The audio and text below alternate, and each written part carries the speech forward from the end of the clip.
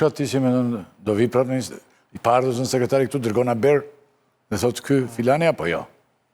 Ti si do, kur do të edukosh fëmijën tënd, se dhe s'pagu është një fëmijë i rritë, ti paguash njëri që t'ja bëj detyrat, apo të mësoj t'i bëj detyrat vetë? Të mësoj t'i bëj vetë. Jo, ke dhe një alternativë tre, mos t'i bëj detyrat fare. Më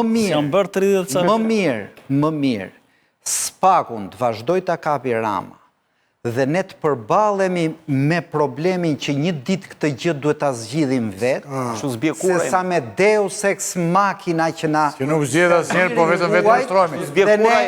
Ne do zvarritemi dhe 30 vjetë, dhe ne do zvarritemi dhe 30 vjetë, si që mi zvarritemi do 30 vjetë, me modelet gatshme i kopjojmë nga jashtë. Kryetari Spakut, kur e zgjodhen Amerikanët me dhunë, doli për mirë. Edhe besoj se gjithë e pranojmë që dolin kompleks për mirë. Ky mandat ka qenë një super dështim kolosal që ka shërbyer për të shtuar vjedhjen këtë vend dhe për të shkatruar më shumë demokracinë. Atje ku s'ka shkel kur, edhe në konsideratat tuaja. Kryetarin e Spakut tani e zgjedh KLP-ja, Amerikanë dhe Evropianët nuk janë indiferent, sepse Shqipëria e ka lidhë dhe fatin e vetë integrimit me produktin e Spakut. Ky është interes i madh publik.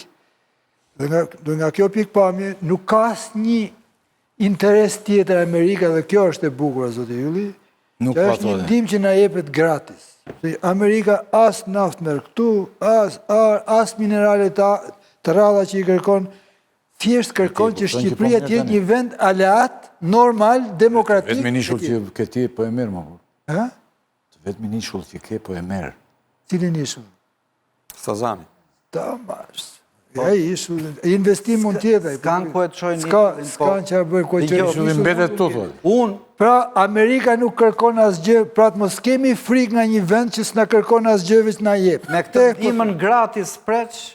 Jo, kërkojnë vetëm një gjë, që ky vend aleatik... demokratik... Jo, të them këtë gjë, që është vendi më pro-amerikan, kanë nevojë për një luftanie të madhe këtu, po a them unë tani me termat që mund të të pëlqejnë ty, është vend shumë pro-amerikan, dhe nuk duan të turpnohen që vendi më pro-amerikan të jetë vendi më i korruptuar, dhe për te kanë nxjerrë këtë hanxhajën e madhe. Dhe kështu ka lindur kjo, ta dish nga unë. Dhe treni nuk do ndalet deri në fund. Kjo Amerika që mbështeti kilin e Pinochetit, turprohet që Shqipëria mos jetë demokratike. Ka dhe një arsye tjetër.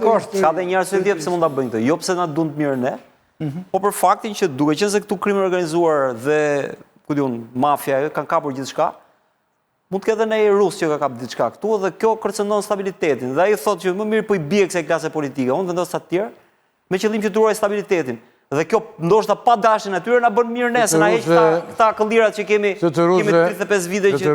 Bie fjala mos e nuk e di. Dashur mërtir këtë të ruzëve.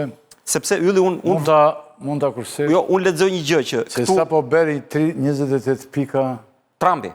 Po Trumpi unë po flas, shiko. Për ta varrosur Ukrainën. Ylli unë po flas për te Trumpit. Edhe unë shpresoj të jetë siç thonë ju, siç ndërroni. Unë po flas për te Trumpit. Politika të flasim për kohën e Trumpit tani, se për te Trumpit politika kur ka nisur reforma drejtësi ka nisur që herët, që para se të vinë. Një pyetje fare të shkurtër që kalon të gjithë, se pas se kam dhe një pikë tjetër. Ju lutem. Dhe është e shoqëruar me politikën e non-gradave, domethënë ka lidhje kjo me stabilitetin e rajonit. Po diskutohet. Shiko, Andi ka të drejtë kur thotë që kështu duhen bërë gjërat, se i shikon ashtu. Po është ideale, më po dakord. Problemi është që ne këtu nuk po bëjmë dot gjë vetë. Ne jemi popullin më i pandjeshëm në Ballkan, Europë, ku diun. Nëse shohim këtu fqinjet tanë të thyen brintore, dalin grekat atje në sintagma, e kthejmë përmbys, serbët e kthejmë përmbys. Ne jemi popull që nuk reagojmë.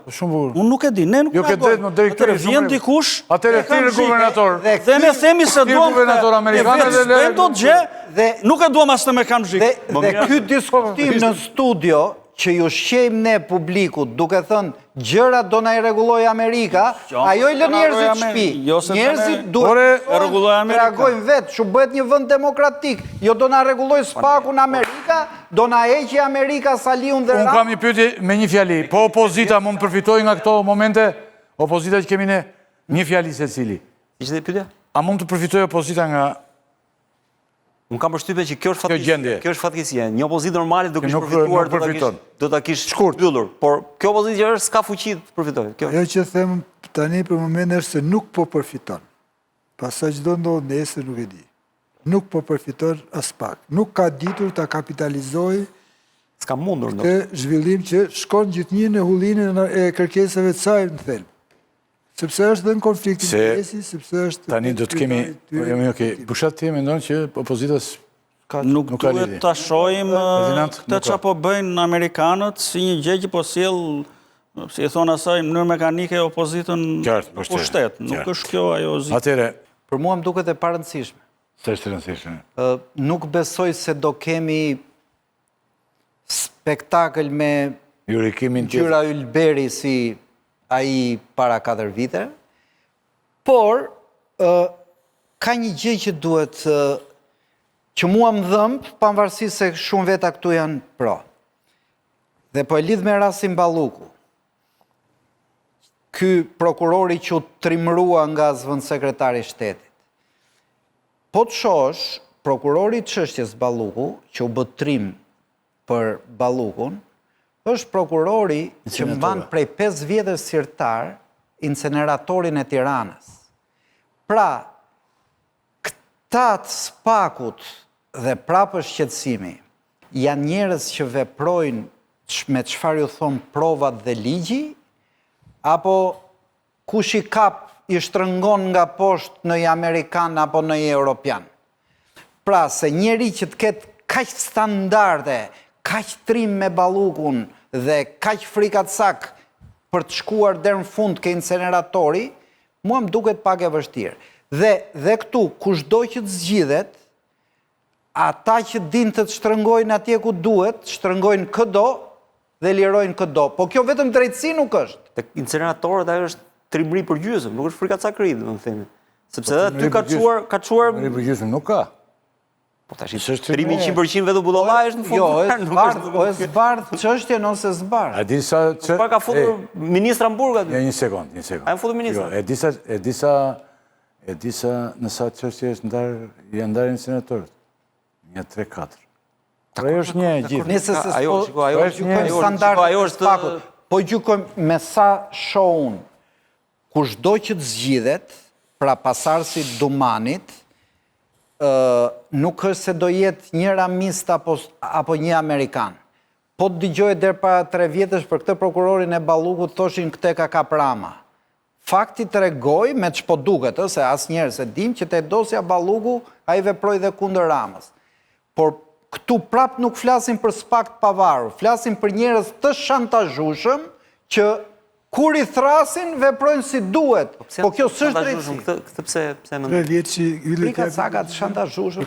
Jo, ma, shiko, ke njerëz që bëjnë presion, vlla, pa një mbështetje ai. Jo, Se mos i po se shohim ngjitet, po s'kërkove gjë nuk t'jep. Po pra, po i dopti është shantazhueshëm.